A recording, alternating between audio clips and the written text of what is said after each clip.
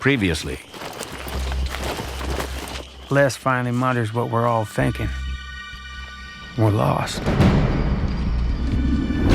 Alabama native Nolan Marbury sees his first combat in the Pacific when the young Marine and his patrol are ambushed in the jungles of New Britain. The Japs are coming from everywhere. My body can't stop shaking. Meanwhile, Nurse June Wandry travels from Wisconsin to North Africa and straight to the bloody front lines in Tunisia. Patients pour in from the front. I can't help wishing we could save them all. And in Europe. I could see the bullets coming in, and a whole stream of those bullets hit the ship. I was wounded all over. After surviving a strafing attack off Utah Beach, Charles Scheffel hitchhikes back to be with his men along the German border. And I'll be damned if I have to fight the Germans with a bunch of rookies.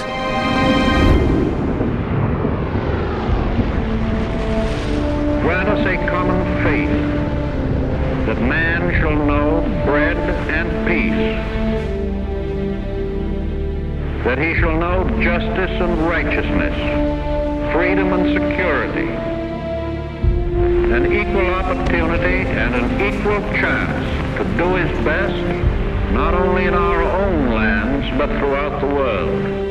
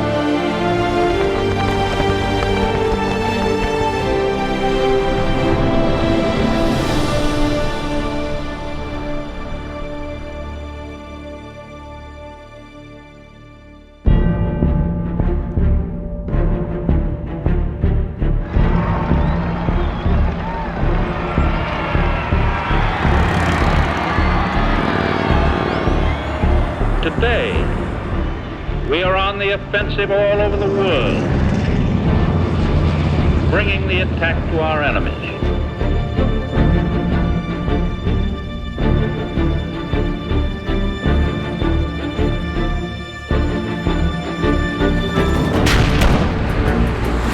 In the Pacific, by relentless submarine and naval attacks, amphibious thrusts, and ever-mounting air attacks, we have deprived the Japs of the power to check the momentum of our ever-growing and ever-advancing military forces.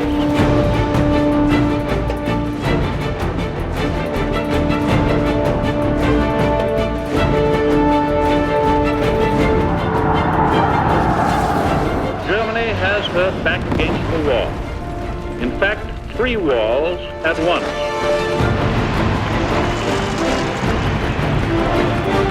And allowing the enemy no respite, the Allies are now pressing hard on the heels of the Germans as they retreat northward in ever-growing confusion.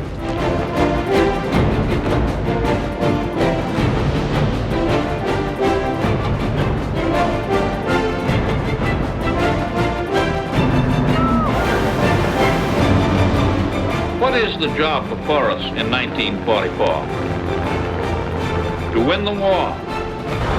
To win the war fast, and to win it overpoweringly.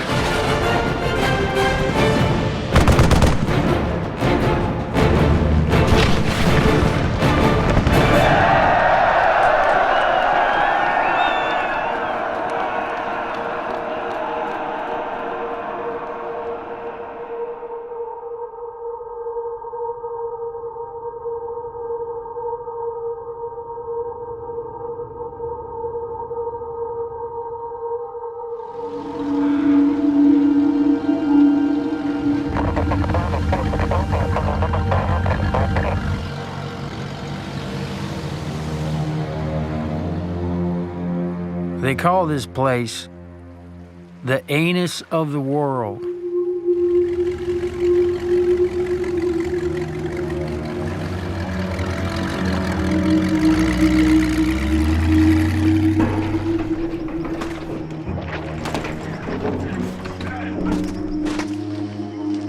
Word is Navy was gonna use it as a base, but then decided it wasn't fit for human habitation.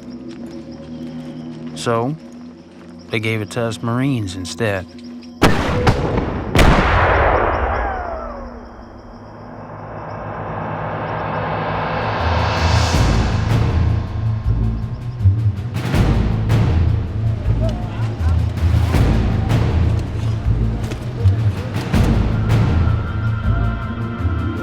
After barely surviving his first brutal engagement in the miserable jungles of New Britain, 21-year-old Nolan Marbury is on the South Pacific island of Pavuvu. He is training with the rest of the 1st Marine Division, preparing for his next combat assignment.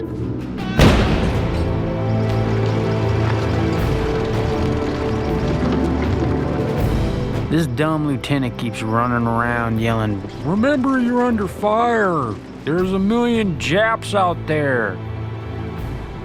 But after being in combat, I know he doesn't know a damn thing. These war games, they ain't nothing like the real thing.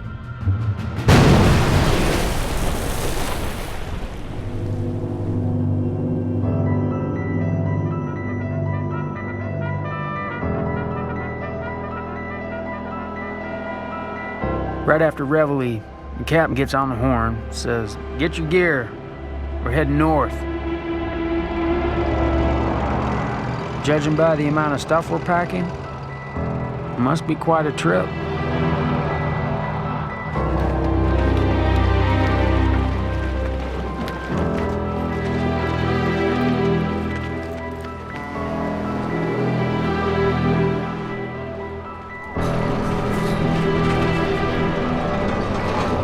The ship's pulling out. The squawk box comes to life. The captain tells us our destination is Peleliu. Peleliu? As part of General Douglas MacArthur's plan to retake the Philippines, Marbury and the 1st Marine Division are heading to Peleliu, a small island located 2,100 miles north of Pavuvu. Although it is one of the most remote spots in the Pacific, MacArthur believes he must secure Peleliu's airfield in order for an Allied invasion of the Philippines to succeed. The attack on Peleliu will be the first time Marbury assaults a heavily defended beachhead. The enormity of what lays just ahead of us races through my mind. I feel a prickle at the base of my hairline, and it goes all the way down my spine.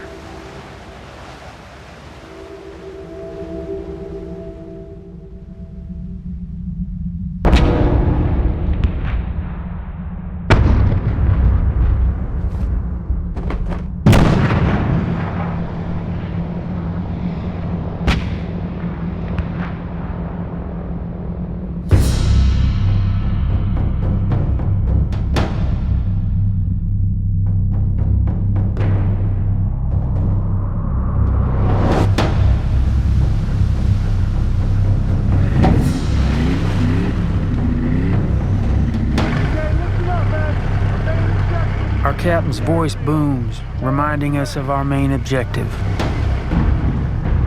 the airfield.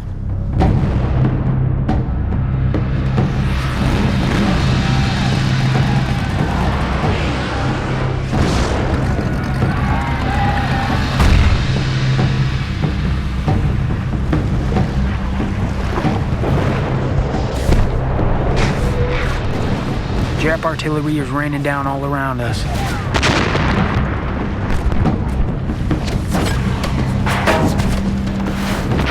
Our boat lurches with every shell that hits.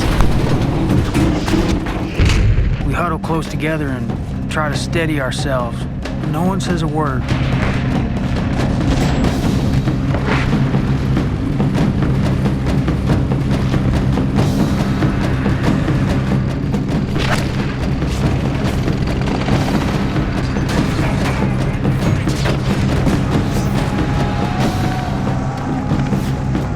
Men are running everywhere, headed for the center of the island.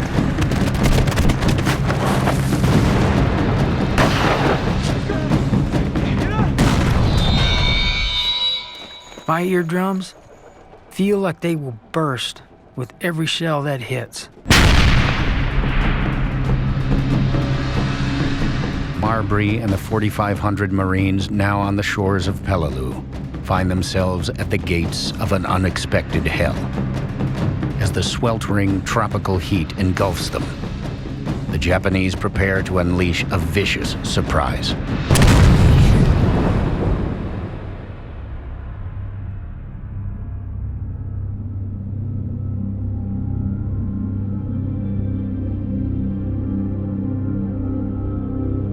We got the Krauts on the run.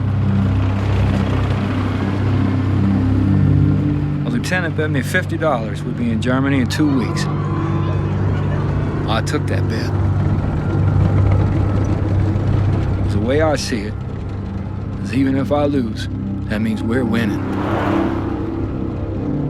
After recovering from wounds sustained 2 days after the D-Day invasion, 25-year-old Oklahoman Charles Scheffel is with the 39th Infantry Regiment in Normandy. He has been promoted to captain and is now in command of the 200 men of C Company. Our orders are to sweep ahead and reconnoiter a 2-mile-wide path all the way to Germany.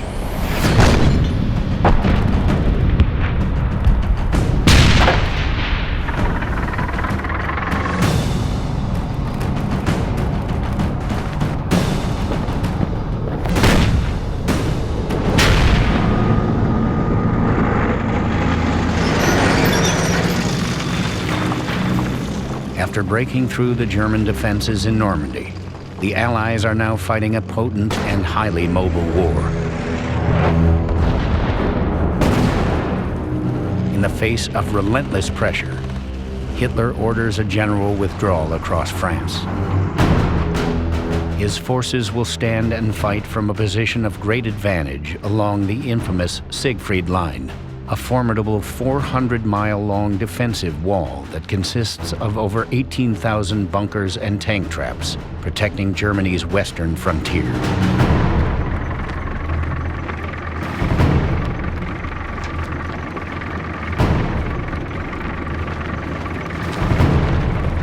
I hate towns.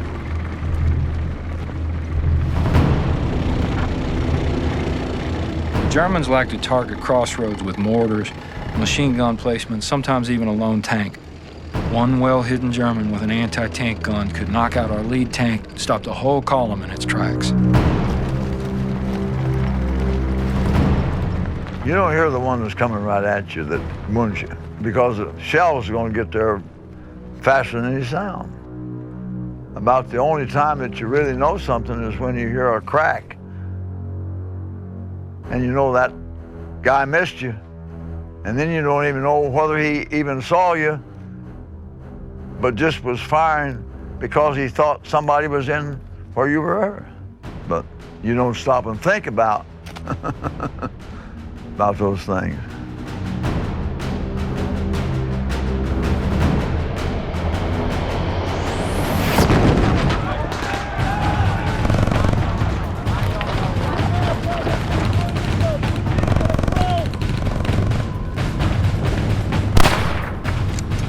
Towns battered by Allied bombings, Scheffel and his men engage in sporadic firefights with a desperate but determined enemy.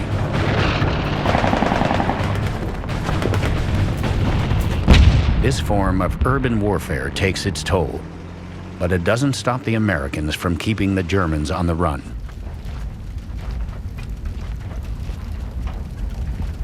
Once the 39th Infantry clears the town, Scheffel directs his men to push on and pursue the fleeing Germans.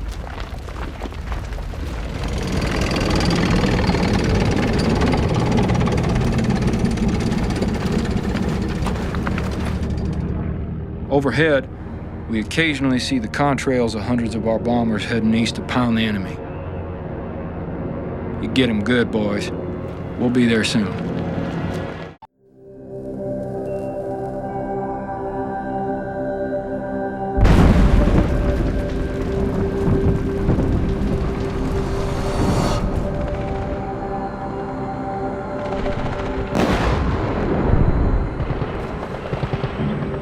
voice yells out, "Move out!" So I start jumping over the bodies that don't move.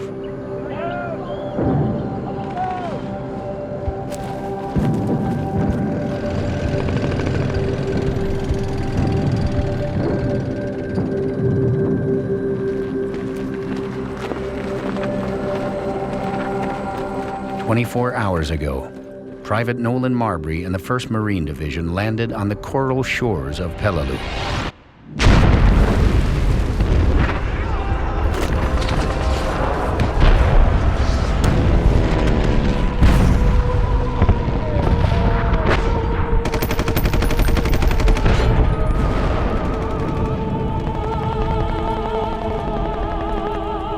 Their mission is to take the airfield and secure the island. But so far, it is not going well. Casualties already number well above 1,000. And there's another problem.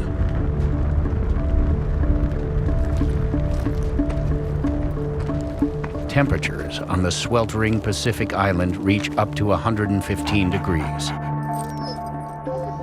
Fresh water is in short supply, and Marines are falling over from heat exhaustion.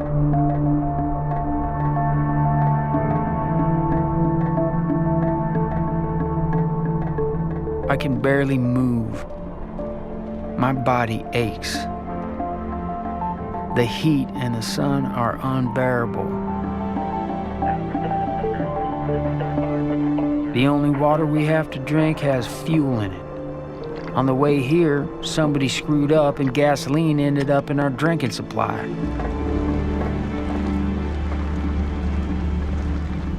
As the Marines push inland toward their objectives, Peleliu's 10,500 Japanese defenders fall back into their heavily fortified positions.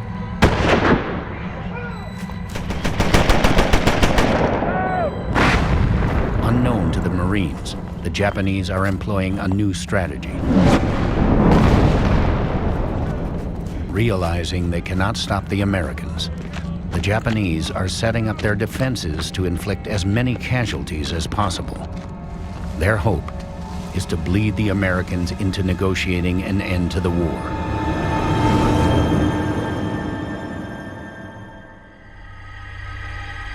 At the center of Peleliu is Umurbrogel Mountain, the island's highest point.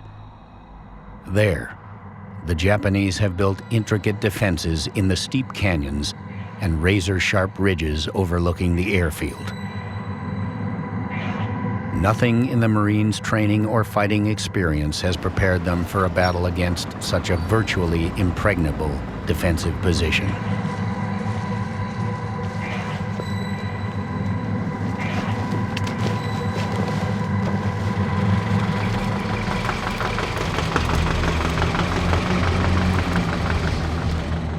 Finally, we're at the edge of the airfield.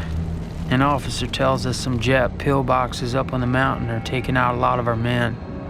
He tells us to rest fast. We'll be making the push shortly.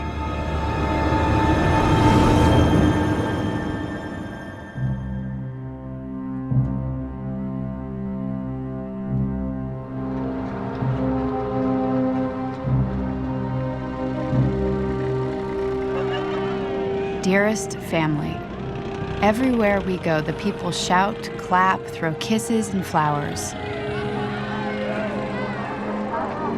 It's a touching, humbling experience. Everyone seems to think we'll be in Berlin in no time. 24-year-old nurse June Wandry is with the American 7th Army advancing through France. After tending to wounded GIs in North Africa, Sicily, and Italy, Wandry and her surgical unit joined the Allied invasion force of over 150,000 troops that landed on France's Mediterranean coast on August 15th. They are now chasing the fast-moving invasion force up through southern France toward the German border.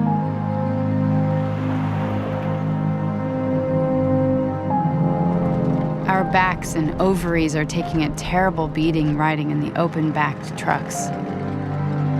But France is beautiful. If only we would have invaded this place last year, we wouldn't have had to spend those hellish months in Italy.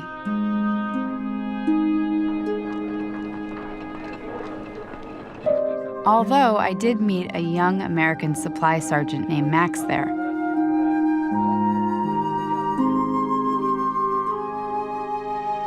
We took a wonderful trip to Capri together.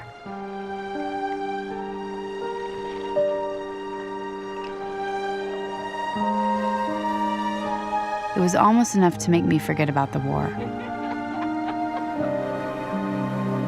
Before I left Naples, we only had a few minutes left to say goodbye. So we promised each other we'd write often.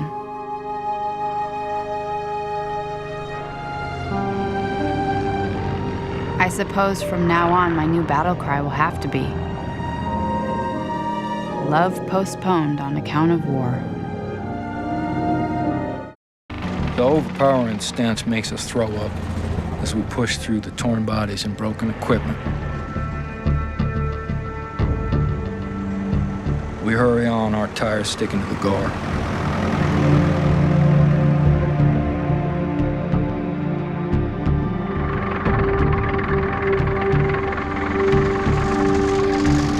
Captain Charles Scheffel and his company are crossing Belgium's farm country, heading toward the western border of Germany. Ahead of them looms Hitler's massively fortified Siegfried Line.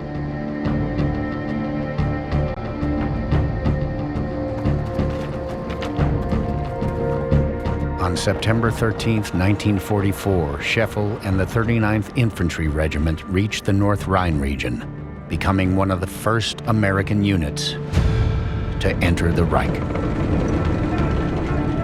The next day, we're given a new objective, the town of Düren. And to get there, we'll have to clear out a small village on the way called Lammersdorf. When the colonel tells me, I stab my finger at the map and I ask if those two cross-hatched areas are what I think they are. He nods. It's the Siegfried Line. Looks like we're in for a long day.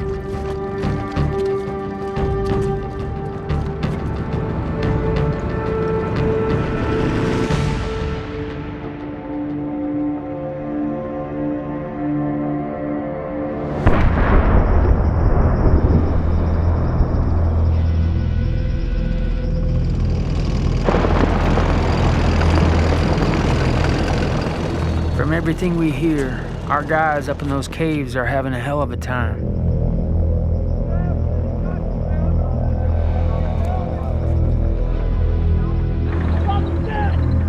We're fighting on this damn island, and the Japs, they're fighting on the inside of it.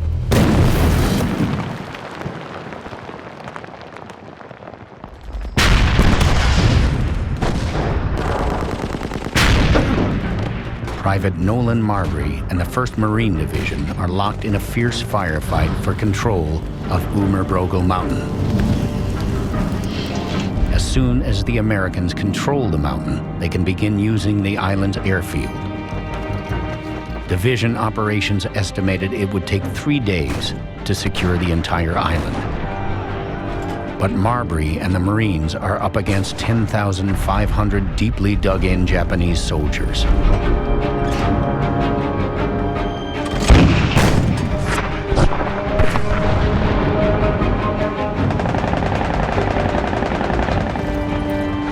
We're each given 2 grenades and told to move out.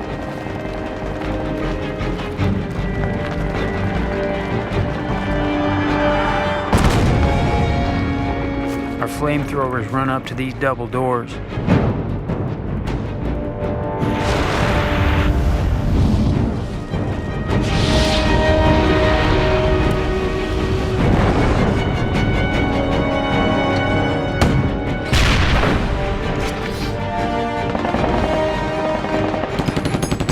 Everyone is firing away, but I try and save my ammo and make every shot count. I just hate using my bayonet.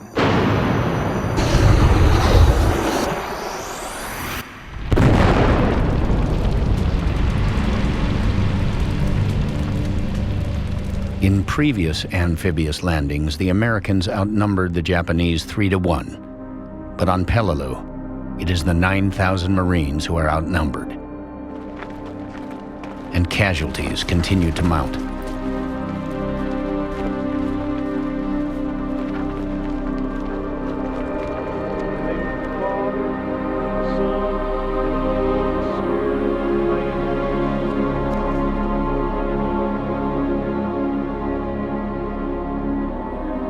As fatigue and frustration overtake the Marines, the struggle for Peleliu becomes a battle of attrition.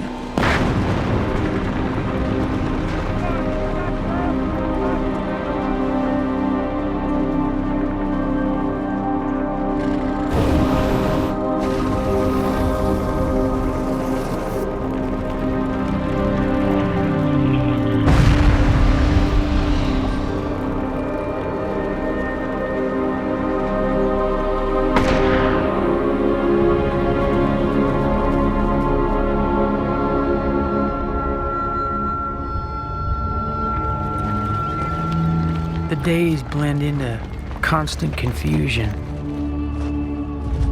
When we're not fighting, we walk around in a daze, sticking bayonets in the Japs, making sure they aren't just playing dead.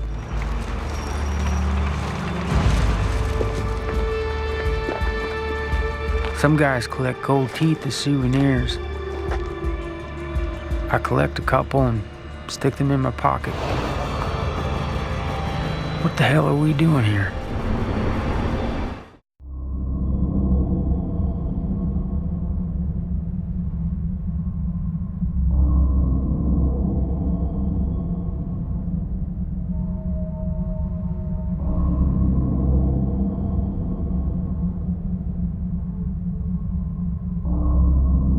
We pull slowly into the city only to find it's empty.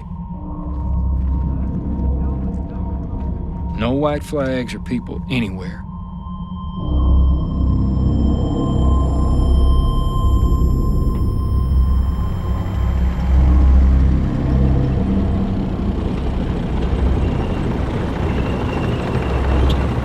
Captain Charles Scheffel and the 39th Infantry Regiment are entering the town of Lammersdorf, just inside Germany's border.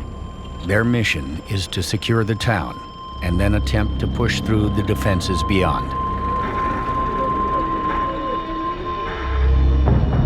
According to my map, about a mile ahead is a fortified hill along the Siegfried Line. I don't like it. We'll have to take out those pillboxes one at a time.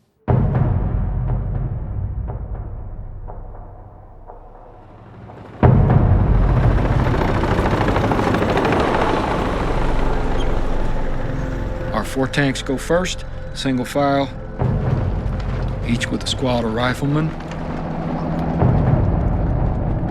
I trail the last tank. I hear an incoming shell.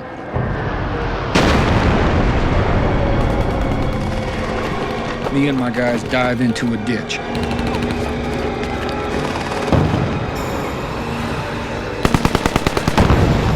Our lead tank is in flames.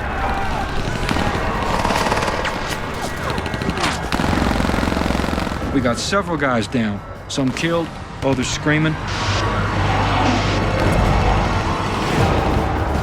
I feel a surge of panic. I try to radio in artillery support. Come in, this is Charlie, come in, damn it, we need help. No answer.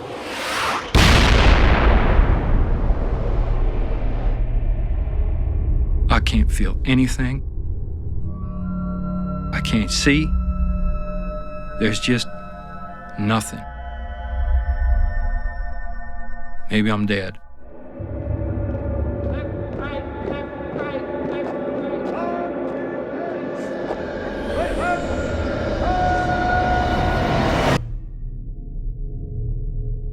Dear God, please take care of my wife Ruth, my mother, and my brother. Please keep them safe. I feel myself falling out of limbo and back to earth. And I realize I'm still alive. I couldn't bend my arm.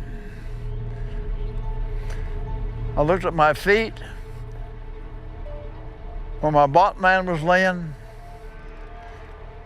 and he had a big sliver of steel right through his stomach. He's dead. I got a fragment in my right eye, and I'm bleeding all over. I bend my head so I could look out of this eye, and this kid was dead. I was wounded in the leg and all over. And I realized if I just lay there, I would die. But I wanted to survive.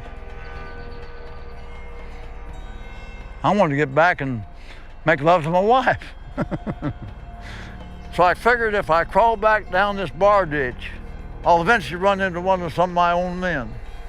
So I dragged myself with this arm. And you know who I ran into? A medic. And I said, "What is your name?" He said, "Jesus, Jesus." I said, "I cannot believe it."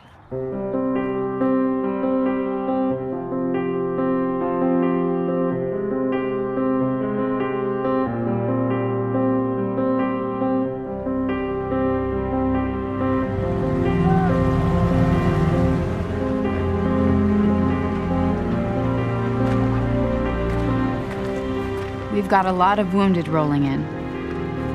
How do they expect us to treat these poor boys when we keep packing up and moving every night? We set up the OR tent immediately and begin operating. Nurse June Wandry and her mobile medical unit are speeding through France at a blistering pace, moving 28 times in their first 32 days.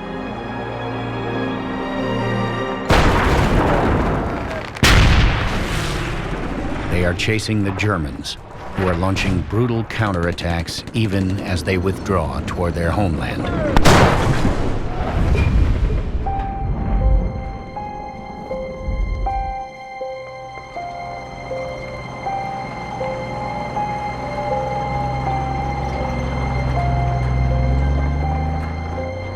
Somehow, I have to keep 3 surgical teams working 14-hour shifts, supplied with sterile dressings, instruments, and sutures.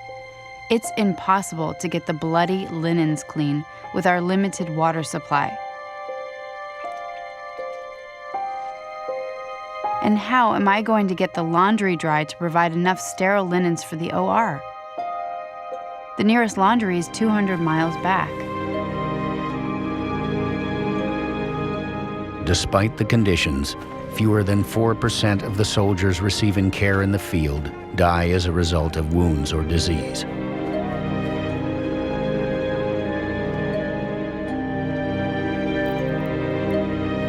We work and work. The days run into each other with continuous surgery.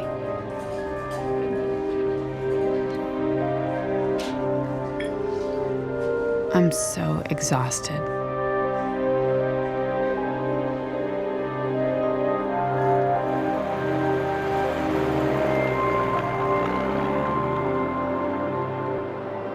When it's quiet, all I do is worry about what's going to happen next.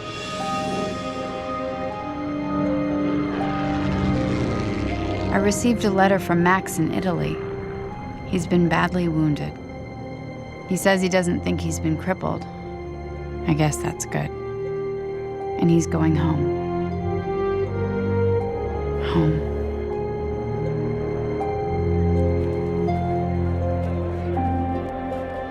One thing is sure. I'm not going home for Christmas this year.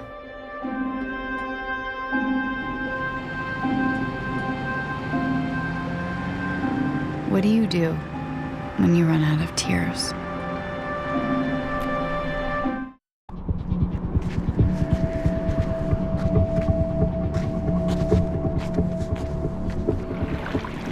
Today is day 10. command said Peleliu would be secure in 3.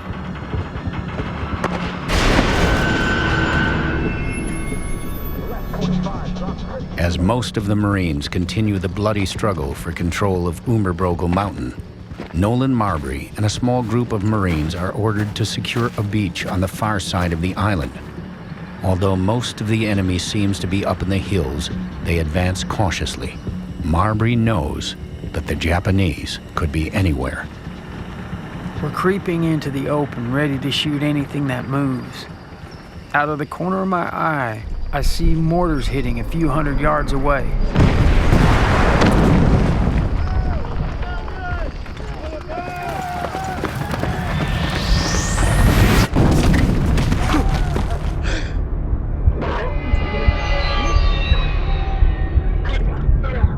There's a piercing pain. I'm falling into a daze.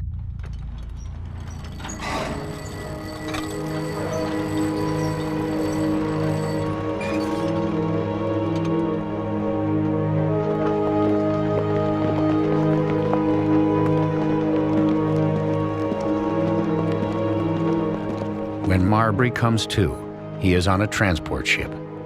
He has serious wounds to his head and neck from shell fragments. The men around me are crying in pain. The corpsman goes from stretcher to stretcher offering comforting words and help. He tells me I lost a lot of blood and that I'll need a transfusion.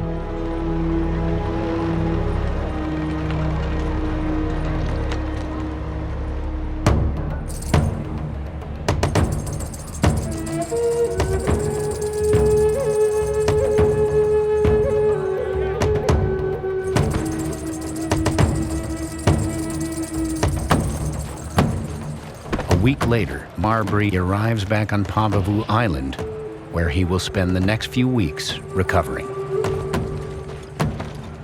After we land, I'm swarmed by new replacements asking millions of questions. They want to know how I got hurt and what it's like being in battle. They're all itching to join in the fight. I know what it's like. I've been there.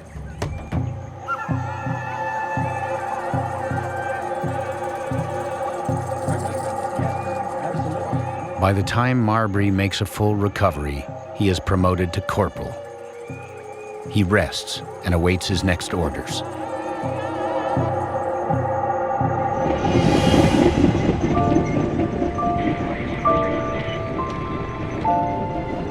Back on Peleliu, the fighting drags on for over 70 days.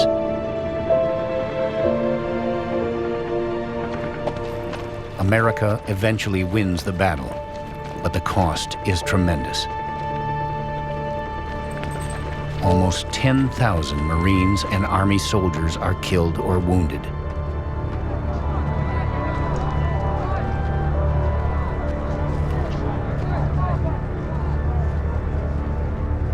The incredibly high casualties and surprising length of the fight are a shocking preview of island battles yet to come. But as Americans focus on the upcoming reconquest of the Philippines, the losses sustained on Peleliu are almost all but overlooked by the public.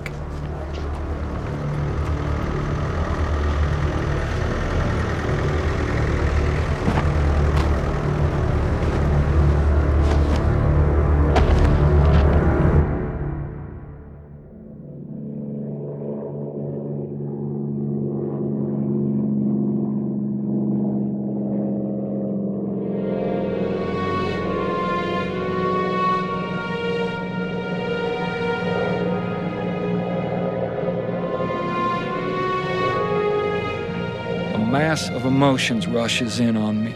A lump rises up in my throat. I haven't seen America since 1942. And I'm finally home.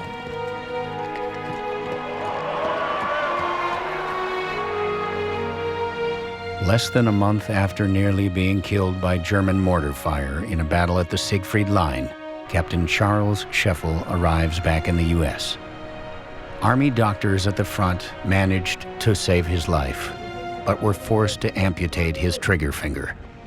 Scheffel arrives at Fort Sam Houston Hospital in San Antonio, Texas, ready to begin the long road to recovery and readjust to life on the home front. It's strange to talk to Ruth after all this time. Neither of us is the same. And I'm lost for words. All I can mutter is, well, your husband's home, so quit your job and come on down. And she replies, I'll be on the 3 o'clock train the day after tomorrow. That's all I need to hear. I have 2 days to find us a hotel room in a town that has no vacancies. San Antonio is filled with wounded soldiers and their families. I go from hotel to hotel, asking in vain if there's any cancellations, and finally I park myself in the lobby of the St. Anthony Hotel downtown, hoping for a miracle. And while I I'm was sitting sitting there in this hotel, 3 hours before my wife was to get here, a guy walked up to me, and he said, Captain, you look like a man that is in trouble. I guess he'd seen me sitting there. And he walked off. He came back about 2 minutes later and said, Captain, hold out your hand. I couldn't believe it. He laid the keys to a room in my hands.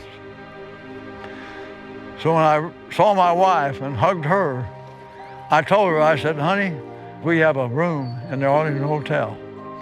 So we went there, and what had this guy done? We stayed in the suite that night. My wife gave birth to our first child 9 months today after that night. True story.